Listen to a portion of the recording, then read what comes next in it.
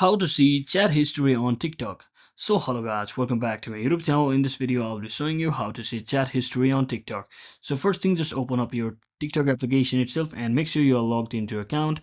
And once you're inside here, simply tap on your profile icon at the bottom right corner and select this hamburger icon at the top right corner and head over to settings and privacy. So once you're inside here, select account, and you can see there is an option that is download your data. So you just have to click on this to get a copy of your data regarding all of the details of your TikTok account till now. And once you're inside here, you can see there is a select data to download. So it's on currently on all data, so simply select it and choose custom. Since we only want our chat history, so just select messages and click on done and simply click on request data just like this, and your data's request should be being processed. And once your download is ready, you can basically download it from over here.